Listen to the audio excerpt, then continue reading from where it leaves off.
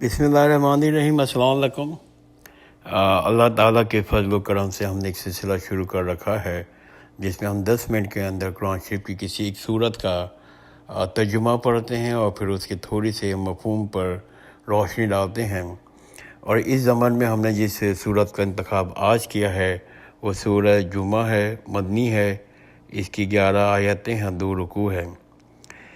بسم اللہ الرحمن الرحیم۔ اللہ کے نام سے شروع کرتا ہوں جو بڑا مہربان نہایت رحم کرنے والا ہے۔ آسمانوں اور زمین کی ہر چیز اللہ کی تسبیح کرتی ہے۔ یہی آیت سے آغاز ہمارا سورۃ تغابن سے ہوتا ہے جو 2 آیتوں کے بعد ہے، اور اس میں بھی اسی سورت سے اسی لفظوں سے آپ کا سورت کا آغاز ہوتا ہے کہ آسمان اور زمین کی ہر چیز اللہ کی تسبیح کرتی ہے۔ اس پر میرے ایک الگ وائس نوٹ ہے، اگر آپ چاہیں تو وہ سن سکتے ہیں۔ آسمان اور زمین کی ہر چیز اللہ کی تسبیح کرتی ہے جو بادشاہ ہے، پاک ہے، بڑا زبردست ہے، نہایت حکمت والا ہے۔ اسی نے ان پڑھوں میں انہی میں سے ایک رسول بھیجا جو اللہ کی آیتیں پڑھ کر ان کو سناتا اور ان کا تزکیہ کرتا، ان کو کتاب الحکمت کی تعلیم دیتا۔ اس سے پہلے وہ کھلی گمراہی میں تھے۔ دوسروں کے لیے بھی رسول بنا کر بھیجا جو اب تک ان سے نہیں ملے۔ وہ بڑا زبردست نہایت حکمت والا ہے۔ یہ اللہ کا فضل ہے، جسے چاہتا ہے عطا کرتا ہے۔ اللہ بڑا فضل والا ہے۔ یہ اللہ کا فضل ہے، جسے چاہتا ہے عطا کرتا ہے۔ اللہ بڑا فضل والا ہے۔ جن لوگوں کو تورات پہ عمل کرنے کا حکم دیا گیا مگر انہوں نے اس پہ عمل نہیں کیا، اس کی مثال اس گدھے کی سی ہے جو کتابیں اٹھائے پھرتا ہے۔ ان لوگوں کو بہت بری مثال ہے جنہوں نے اللہ کی آیتوں کو جھٹلایا۔ اللہ ظالموں کو ہدایت نہیں دیتا۔ اللہ ظالموں کو ہدایت نہیں دیتا۔ آپ یہود سے کہہ دیجیے، اگر تم یہ دعویٰ کرتے ہو کہ تمام لوگوں میں تم ہی اللہ کے دوست ہو تو اپنے مرنے کی آرزو کرو اگر تم سچے ہو۔ وہ اپنے اعمال کے باعث جو انہوں نے اپنے ہاتھوں سے آگے بھیج چکے ہیں کبھی اس کی تمنا نہیں کریں گے۔ اللہ ظالموں کو خوب جانتا ہے۔ آپ کہہ دیجیے کہ جس موت سے تم بھاگتے ہو وہ آ کے رہے گی، پھر تم ہر ظاہر و پوشیدہ جاننے والے کے پاس لوٹائے جاؤ گے، پھر وہ تمہیں بتا دے گا جو تم کرتے تھے۔ اے ایمان والو، جب جمعے کے روز، یہ آیت نمبر 8 تک ایک رکوع ہے، 8 سے 11 تک دوسرا رکوع ہے۔ یہ 8 تک یہ نزول آیتوں کا ایک الگ دور میں ہوا ہے، اور بعد میں جو 3 آیتیں ہیں ان کا نزول الگ دور میں ہوا ہے۔ تو یہ 2 رکوع ہیں، دونوں الگ الگ زمانے میں نزول ہوئے ہیں، جس کا میں بعد میں جا کر ہلکا سے ذکر کروں گا ان معنوں کی تشریح میں۔ تو نمبر 8 سے شروع ہوتی ہے آیت کہ اے ایمان والو، جب جمعے کے روز نماز کے لیے اذان دی جائے تو تم اللہ کی طرف لپکو، خرید و فروخت چھوڑ دو، یہ تمہارے لیے بہتر ہے اگر تم جانتے ہو۔ پھر جب نماز ہو چکے تو زمین پہ پھیل جاؤ اور اللہ کا فضل تلاش کرو اور کثرت سے اللہ کا ذکر کرو تاکہ تم فلاح پاؤ۔ جب وہ لوگ سودا بکتا ہوا اور یا تماشا ہوتا ہوا دیکھتے ہیں تو اس کی طرف دوڑ پڑتے ہیں، اور آپ صلی اللہ علیہ وسلم کو کھڑا ہوا چھوڑ دیتے ہیں۔ آپ کہہ دیجئے کہ جو کچھ اللہ کے پاس ہے وہ کھیل اور تجارت سے بہتر ہے۔ اللہ سب سے زیادہ بہتر روزی دینے والا ہے۔ اس سورت کی 2 آیتیں مجھے بہت پسند ہیں، جس کا یہ نمبر 1، یہ اللہ کا فضل ہے، جسے چاہتا ہے عطا کرتا ہے۔ اللہ بڑا فضل کرنے والا ہے، یہ آیت نمبر 4 ہے۔ اور آخری آیت کہ اللہ سب سے بہتر روزی دینے والا ہے۔ یہ 2 آیتیں مجھے بہت پسند ہے سورت کی۔ آئیے اب ہم اس کی نام پر، نزول پہ اور اس کے مضمون پہ تھوڑا تشریح کرتے ہیں۔ اس کا نام سورہ آیت نمبر 9 کے فکر یوم الجمعہ سے ماخوذ ہے۔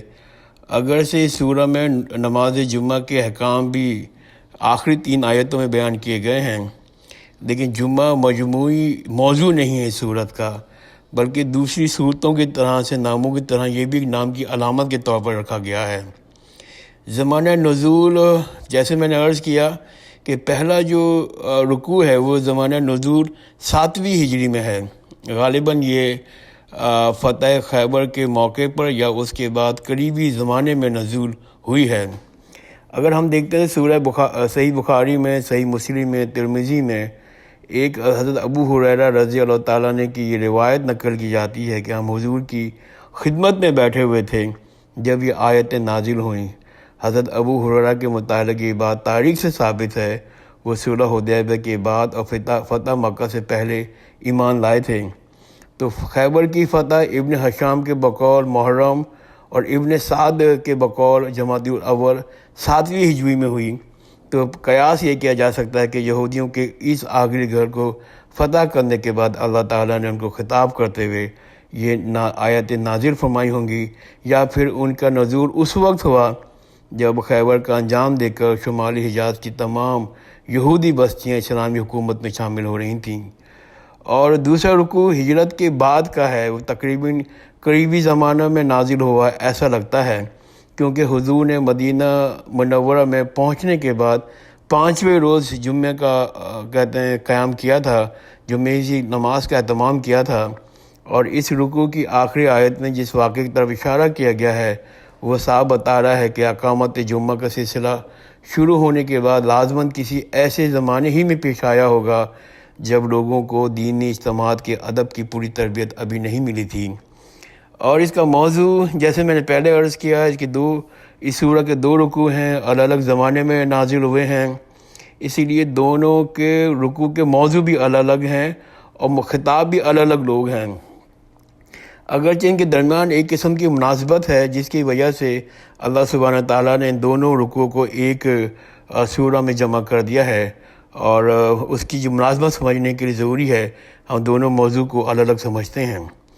پہلا رکوع اس وقت نازل ہوا جب یہودیوں کو وہ اپنی تمام کوششیں ناکام کر چکے تھے جو اسلام کی دعوت کا راستہ روکنے کے لیے پچھلے 6-7 سال میں انہوں نے کی تھیں۔ پہلے مدینہ میں ان کے 3 طاقتور قبیلے تھے جو حضرت کو نیچا دکھانے کے لیے ایڑی چوٹی کا زور لگا چکے تھے، اور نتیجہ یہ دیکھا کہ ایک قبیلہ پوری طرح تباہ ہو گیا اور 2 قبیلوں کو جلا وطن ہونا پڑا۔ پھر وہ سازشیں کر عرب کے بہت سے قبائل کو مدینے پر چڑھ پڑے، مگر جو غزوہ احزاب میں ان سب کو منہ کی کھانی پڑی۔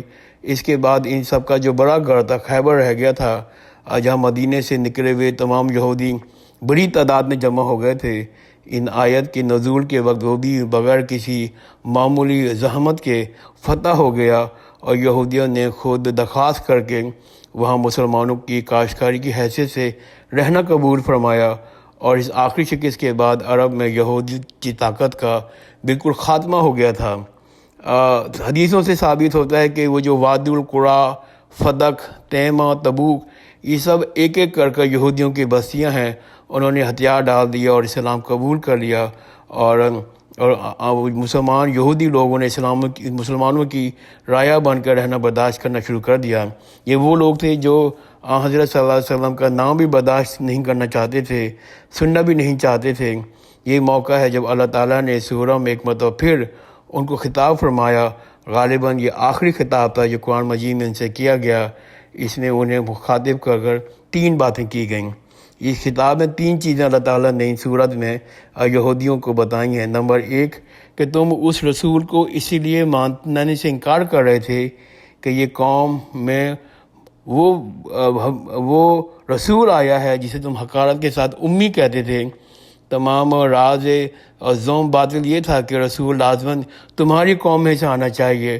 تم یہ فیصلہ کیسے کیے بیٹھے تھے کہ تمہاری قوم سے باہر جو شخص رسالت کا دعویٰ کر رہا ہے وہ ضرور جھوٹا ہے، کیونکہ یہ منصب تمہاری نسل کے لیے ہی مختص ہو چکا ہے، اور امیوں میں کبھی کوئی رسول نہیں آ سکتا ہے، لیکن اللہ نے انہی امیوں سے ایک رسول اٹھائی جو تمہاری آنکھوں کے سامنے اللہ کی کتابیں سنا رہا ہے، نفوس کی تزکیے کی باتیں کر رہا ہے، ان لوگوں کو ہدایت دے رہا ہے جو گمراہی کی حال میں تم خود جانتے ہو۔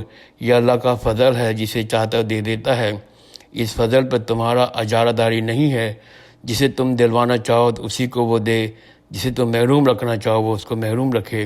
یہ ایک بات اللہ تعالیٰ نے سورت میں یہودیوں سے کہی حضرت صلی اللہ علیہ وسلم کے ذریعے، اور دوسری بات یہ کہی کہ تم تورات کے حامل بنایا گیا تھا تمہیں، مگر تم نے اس کی ذمہ داری ادا نہ کی۔ تمہارے حال اس گدھے سی ہے جس کی پیٹھ پر کتابیں لدی ہوئی ہیں اور اسے کچھ نہیں معلوم اس چیز کا بار کیوں اٹھائے ہوئے ہے، بلکہ تمہاری حالت گدھے سے بھی بدتر ہے۔ وہ تو سمجھ بوجھ نہیں رکھتا مگر تم سمجھ بوجھ رکھتے ہو، اور پھر کتاب اللہ کے حامل ہونے کی ذمہ داری سے فرار حاصل کرتے ہو، دانستہ اللہ کی آیت کو جھٹلانے سے بھی باز نہیں آتے۔ اس پر تمہارا یہ زوم، یہ کہ تم اللہ کے چہیتے ہو، رسولت کی نعمت، رسالت کی نعمت ہمیشہ کے لیے تمہارے نام لکھ دی گئی ہے۔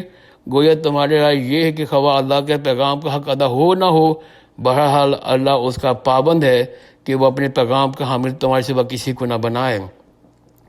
دوسری بات اللہ تعالیٰ نے کی ہے۔ تیسری بات اللہ تعالیٰ نے یہ کی ہے کہ اگر تم واقعی اللہ کے چہیتے ہوتے ہو، تمہیں اگر یقین ہوتا کہ اس کے ہاں تمہارے لیے بڑی عزت ہے، بڑی قدر و منزلت کا مقام محفوظ ہے، تو تمہیں موت کا ایسا خوف نہ ہوتا جیسے ذلت کی زندگی قبول ہے مگر موت کسی طرح قبول نہیں۔ یہی موت کا خوف تو ہے جس کی بدولت پچھلے چند سالوں میں تم شکست پہ شکست کھاتے جا رہے ہو۔ تمہاری یہ حالت آپ ہی اس بات کی دلیل ہے کہ تم اپنے کرتوتوں سے تم خود واقف ہو۔ تمہارا ضمیر خوب جانتا ہے ان کرتوتوں کے ساتھ مرو گے تو اللہ کے ہاں اس سے زیادہ ذلیل و خوار ہو جاؤ گے جتنے دنیا میں ہو۔ یہ پہلے رکوع کے مضمون ہے۔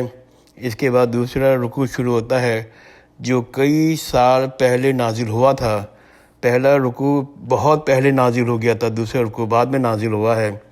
اس سورہ میں لا کے اس لیے شامل کیا کہ اللہ تعالیٰ نے یہودیوں کے سبت کے مقابلے میں جمعے کا عطا فرمایا تھا، اور اللہ تعالیٰ مسلمانوں کو متنبہ فرما رہا ہے، انہیں وارن کر رہا ہے، ان کو سمجھا رہا ہے کہ وہ اپنے جمعے کے ساتھ وہ معاملہ نہ کریں جو یہودیوں نے سبت کے ساتھ کیا۔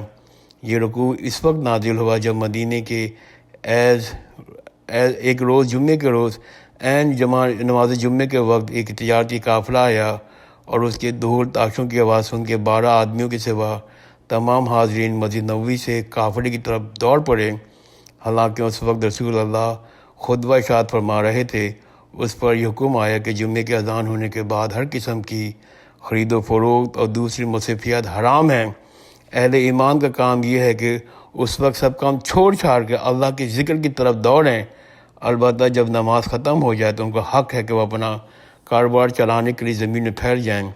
احکام جمعے کے بارے میں یہ رکوع ایک مستقل صورت بھی بنایا جا سکتا تھا، کسی دوسری صورت میں بھی شامل کیا جا سکتا تھا، لیکن ایسا کرنے کے بجائے خاص طور پر اسے یہاں لا کر ان آیات کے ساتھ ملا کر جوڑ دیا جن میں یہودیوں کو ان کے انجام کے بارے میں بتایا گیا ہے۔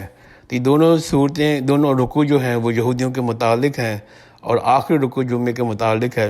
اگر کسی صاحب کو اس کے مفہوم پر اور اس کے معنی پر کوئی مزید ڈسکشن کرنی ہے تو مجھ سے کانٹیکٹ کر سکتا ہے۔ جزاک اللہ خیر، خدا حافظ۔